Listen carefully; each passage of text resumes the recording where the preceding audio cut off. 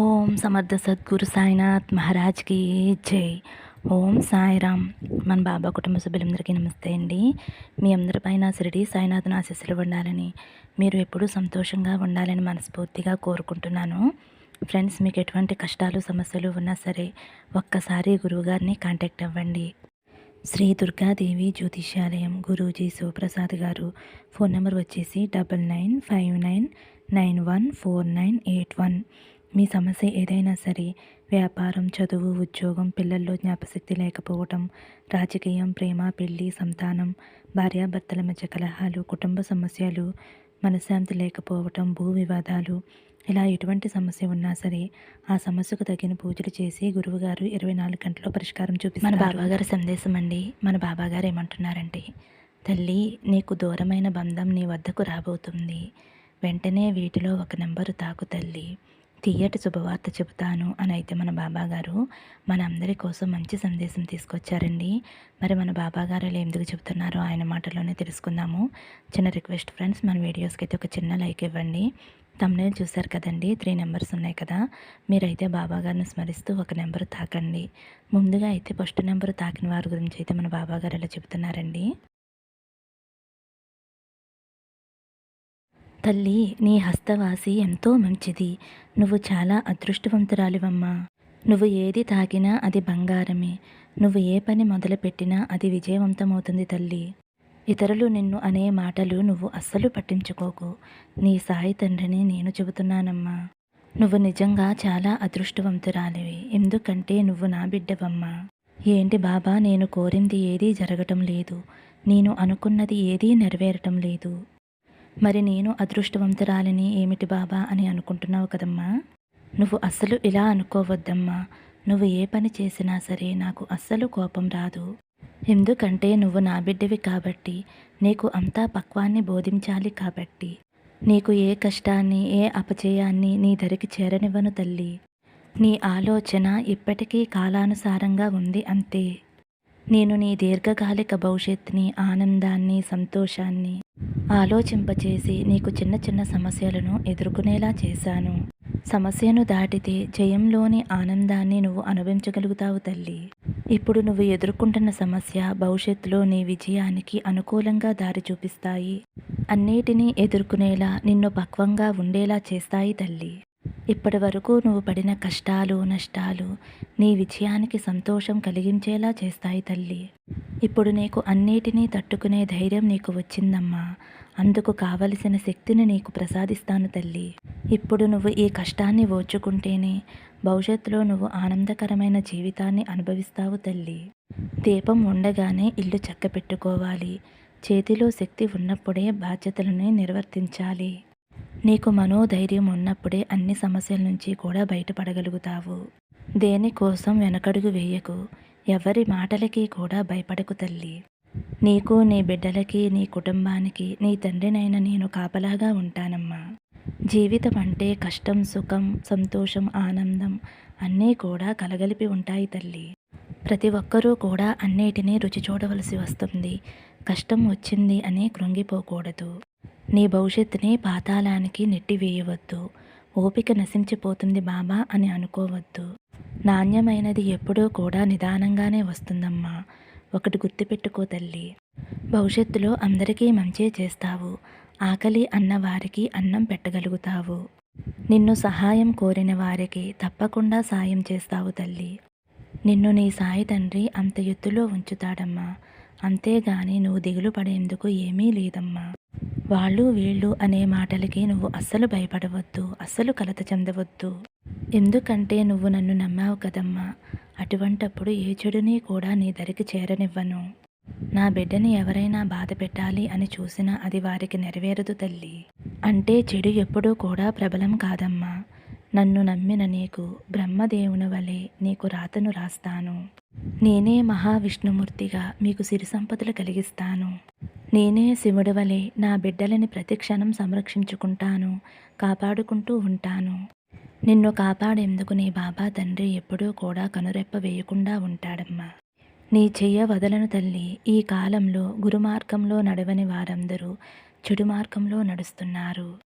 గురుమార్గంలో నడిచే వారందరూ మోక్షాన్ని పొందుతున్నారు. ఆ విధంగా నేను నిన్ను ఎంచుకుని గురుమార్గంలో నడిపిస్తున్నాను తల్లి. నీ కర్మలు దోషాలు అన్నీ కాల్చేస్తున్నాను. నీ చుట్టూ రక్షణ కవచం ఏర్పాటు చేస్తున్నానమ్మా. నా అనుమతి లేనిదే నిన్ను ఏ మాయ కూడా తాకలేదు తల్లి. నీకు మంచి కాలం రాబోతుంది. నీ కష్టాలు నష్టాలు తీరబోతున్నాయి. నీ పూర్వజన్మ పుణ్యం వల్ల అన్నీ శుభాలే కలుగుతాయి తల్లి. ఇప్పటి వరకు ఎంత కష్టం అనుభవించావో అంతకు మించి ఆనందాలు వచ్చి చేరుతాయి తల్లి. ఎవరు చేసిన కర్మలు వారే అనుభవించవలసిన ఈ కలికాలంలో నీ కర్మలను నా పాదాల వద్ద వదిలినావు కాబట్టి నీ కర్మదోషాలు తొలగి సంతోషంగా ఉండే అవకాశాన్ని నీకు ఇస్తున్నానమ్మా. ఇలాంటి అవకాశం నా బిడ్డలకి మాత్రమే ఇస్తున్నానమ్మా. ఇప్పుడు చెప్పు తల్లి, నువ్వు అదృష్టవంతురాలివా కాదా? నువ్వు ఈ సాయి తండ్రి బిడ్డవి తల్లి. నువ్వు తాకిన మొగ్గలన్నీ పువ్వుల్లా విరబూసే సమయం వచ్చింది తల్లి. నువ్వు అనుకున్న పనులు జరగలేదు అని అనుకున్న ఆ పనులన్నీ కూడా అతి త్వరలో జరగబోతున్నాయి తల్లి. అప్పుడు తప్పకుండా నాకు ధన్యవాదాలు చెబుతావమ్మా. నీ ఆనంద బాష్పాలతో నా పాదాలు కడుగుతావు. అప్పటి వరకు భయపడకు, దిగులు పడకు, ఆనందంగా ఉండు తల్లి. ఇప్పుడు నేను చెప్పింది విన్నాక నీ మనస్సు ప్రశాంతంగా సంతోషంగా ఉంది కదమ్మా. ప్రతి క్షణము కూడా నువ్వు ఆనందంగా సంతోషంగా గడపాలి తల్లి. నేను కోరుకునేది అదేనమ్మా. ధైర్యంగా సంతోషంగా ఉండు అని అయితే మన బాబాగారు 1వ నెంబరు తాకిన వారి గురించి అయితే ఇలా చెప్తున్నారండి. ఇప్పుడు 2వ నెంబరు తాకిన నా బిడ్డ ఎవరైతే ఉన్నారో ఈ రోజు నీకు నేను దర్శనమిస్తున్నానమ్మా. వెంటనే నీ సమస్యలన్నీ కూడా మటుమాయమైపోతాయి. ఎంతో కాలంగా వేధిస్తున్న నీ సమస్యలు తొలగిపోయి అనుకూలమైన రోజులు ప్రవేశిస్తాయి. ఆ తర్వాత నిత్య సంతోషంగా నీ రోజులు అనేవి గడుస్తాయి తల్లి. ధన సమృద్ధి కూడా కలుగుతుందమ్మా. ఇప్పటి వరకు ఏ పని చేసినా కలిసి రాక ఇబ్బంది పడుతున్న నీకు ఆ పని కనపడటమే ఆలస్యం.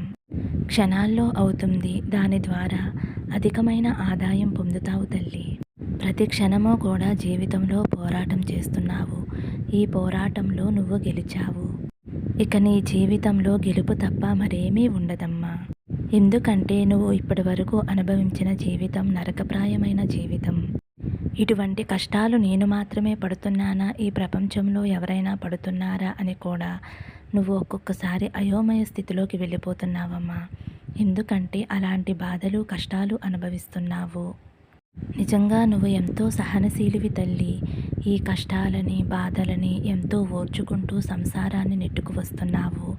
నేను చూస్తూ ఉండి కూడా నీ కర్మఫలం తీరకుండా ఏమీ చేయలేని పరిస్థితుల్లో ఉన్నానమ్మా.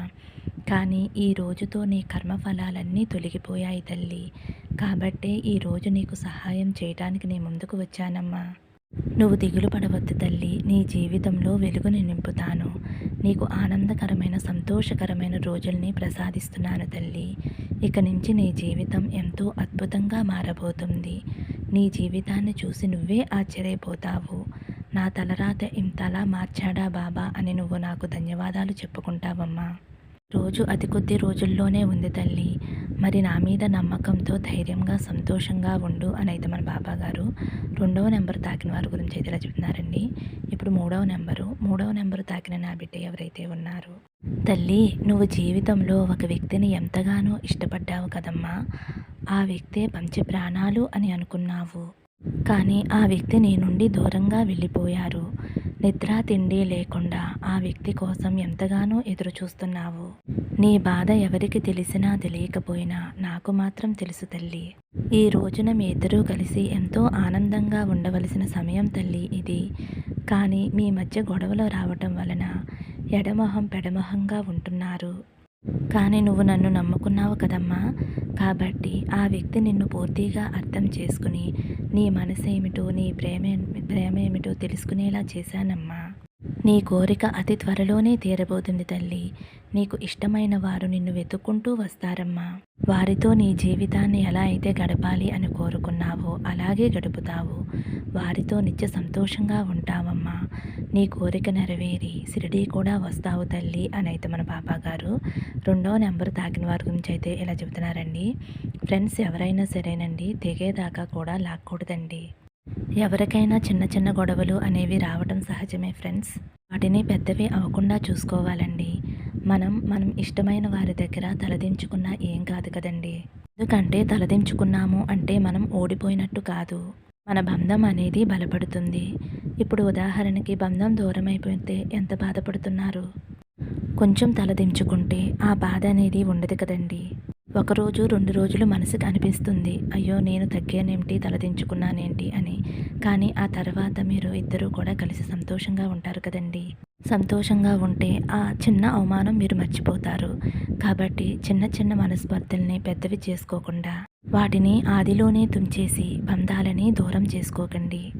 మగవారైనా, ఆడవారైనా కొంచెం తగ్గామంటే ఆ గొడవ అనేది అక్కడితోటి ముగిసిపోతుందండి. తర్వాత నుంచి మనం ఎంతో సంతోషంగా ఉంటాము. మన బాబాగారు కూడా అదే చెబుతున్నారండి. వచ్చిన బంధంతో కోపం తెచ్చుకోకుండా సహనంతో, ఓర్పుతో ఉండండమ్మా అని అయితే చెబుతున్నారండి. ఇప్పుడు 3వ నెంబరు తాకిన వారి గురించి అయితే మన బాబాగారు ఇలా అంటున్నారు. నీ జీవితంలో జరిగేది అంతా కూడా ముందుగానే నిర్ణయించబడి ఉంది. నేను చెబుతున్నాను కదమ్మా, నీకు జరిగే మంచి చెడులు ఆల్రెడీ నిర్ణయించబడి ఉంది తల్లి. అలాంటప్పుడు నీ జీవితంలో జరిగే ప్రతిదానికి కూడా దిగులు పడుతున్నావు.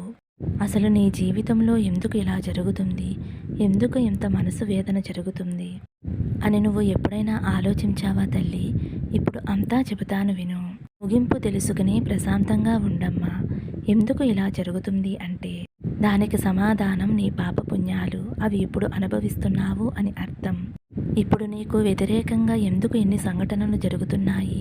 ఎందుకు ఇంతమంది నీకు చెడు చేయాలి అని చూస్తున్నారు అంటే నీ పూర్వజన్మ పాప కర్మలన్నీ కూడా వాళ్ళు తీసేసుకుంటున్నారు. వారు కర్మలు అనుభవిస్తారు అని అర్థం తల్లి. కాబట్టి నీకు ఎవరైనా చెడు చేస్తే వారికి ధన్యవాదాలు చెప్పుకో తల్లి. నీ కష్టాన్ని తగ్గించేందుకు వారు కర్మలు అనుభవిస్తున్నారు అని తెలుసుకో తల్లి. ఇదంతా నిజమమ్మా, నేను చెబుతున్నాను కదా.